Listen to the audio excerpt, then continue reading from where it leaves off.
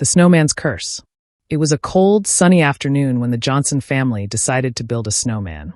The first snow of the season had blanketed their quiet suburban street, transforming it into a winter wonderland. 8-year-old Timmy was especially excited, tugging at his parents' sleeves until they agreed to go outside. With scarves wrapped tightly around their necks and mittens on their hands, the family got to work. Timmy rolled the snow into 3 large balls while his dad, David, found some sticks for arms.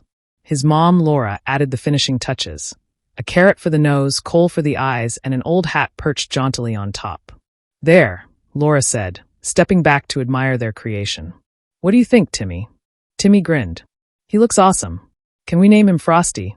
David chuckled. "Why not? Frosty it is." As the sun dipped below the horizon, they headed inside, leaving Frosty standing proudly in the front yard. They had hot cocoa and settled in for a cozy night, the snowman all but forgotten. But that night, as Laura pulled the curtains closed, she noticed something strange. Frosty seemed to be facing a different direction, as if watching the house. "David," she called, "did you move the snowman?" David glanced up from his book. "No, why? It looks like it's turned toward the house." He shrugged. "Probably just the wind."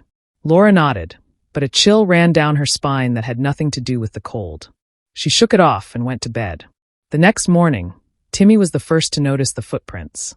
Small, scattered prints leading from the snowman to the front porch, then back again. "Mom! Dad! Look!" he shouted, pointing.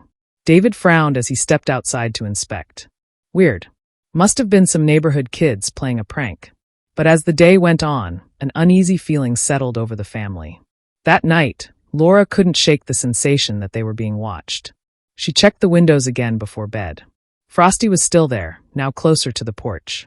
The following morning, the footprints were back, but this time, they were deeper and more defined. And Frosty? He was right up against the porch railing, his coal eyes staring straight into the living room. "This isn't funny anymore," Laura said, her voice trembling. "David, we need to do something." David tried to brush it off, but even he couldn't deny the unsettling sight. That night, he stayed up, determined to catch whoever was behind the prank. At midnight, the house was silent. David sat by the window, eyes heavy with sleep. Just as he was about to doze off, he saw movement.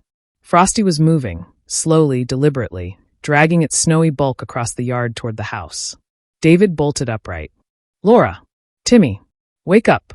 They rushed downstairs, just in time to see Frosty at the front door, its stick arms raised as if about to knock. The family froze in terror. Then the snowman spoke.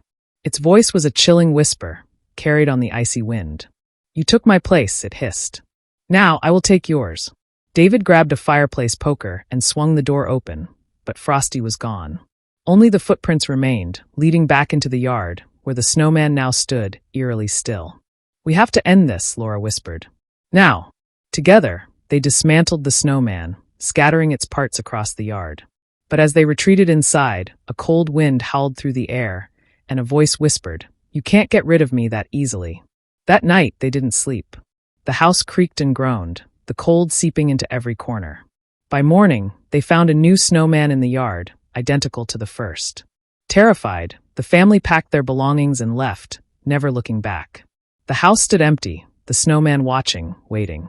And when the next family moved in, the cycle began again.